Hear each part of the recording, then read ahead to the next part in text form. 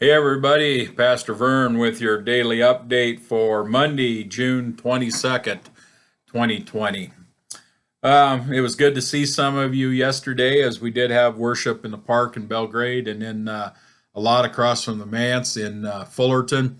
We're going to try that another week, and then hopefully on the 5th of July, we will get into our buildings and we can all have a chance to worship. If you're comfortable in coming out into the group, and please don't feel that uh, obligation to come out if you're not comfortable with it. And of course, if you're not feeling well, it would be best if you didn't attend.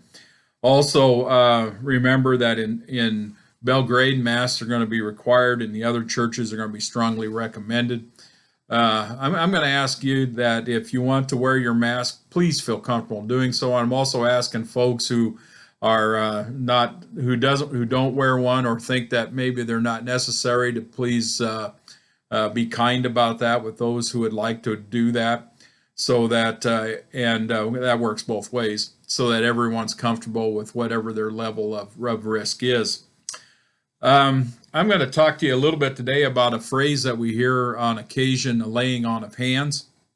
I got to thinking about that a little bit as we're getting ready to start a confirmation class, and hopefully we can get that taken care of in by early December. Get that education done so that we have some more people who are ready to become members of the church. And the laying on of hands is often done to some extent at confirmation, but it's not used a lot in many of the mainline Protestant denominations. It's more used in other groups, Christian groups. And so I thought, well, I wonder really what's kind of the background of that. And I found out that the concrete or literal term of laying on the hands is to press down with force or commit violence. Well, that don't sound quite the way we want to use it. But as I read on, what they essentially did was the Hebrew people would use laying on of hands as a transfer, not a violent transfer, but they would lay their hands on the animals that were about to be sacrificed to transcend their sins into the animal. So as the animals sacrificed, their sins were taken away. That was also used as a method of, remember we're talking about power pressing down, about sharing the power someone had with someone else. People would have their hands laid upon them by powerful leaders in order to give them authority to go ahead and do carry out tasks that they were assigned to do. And then later on, we tend to use it more in the more modern day and era. One as transferring the power of Christ into the person who is being having hands laid on and being prayed over, and oftentimes we use it in the realm of healing. In the realm of healing, we ask that the power of Jesus's healing would go into the person to help heal them. So, that's kind of it's went from kind of a negative influence of this power and violence thing into a way to transfer for a while sin into the animals to be sacrificed, but then later it was used more for the power of goodness to be transferred from one person to another. The power that has given us ultimately through Christ to be to give us the strength for tasks that Christ calls us to.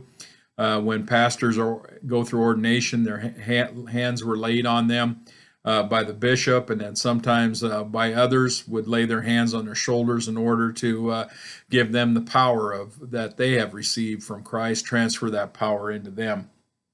We also do that, of course, for healing. All right, well, that tells us a little bit about the laying on of hands. We're going to see what comes up in the rest of the week. If you've got some requests, let me know. I've got a couple more to do yet that I'm going to try to look into this week. One of them is a little bit obscure, and I'm having a little trouble finding any background information on it. But that's okay. I'll continue to give it a shot. Remember, worship in the park in Belgrade and across from the manse in Fullerton if the weather cooperates on Sunday. And we're going to try to be in all the churches on our regular times on July 5th. I'm looking forward to that. Remember, masks required in Belgrade. They're optional in the other places, but they're highly recommended. Please do whatever fits your risk tolerance, and please let's don't have a discussion about whether they're necessary or not, because that is, I think, in everybody's heart at this point, whether they think it's necessary for them to do that. All right. Well, you take good care of yourselves. Watch out for others the best you can. Stay connected and keep the faith. We'll talk to you tomorrow. Bye.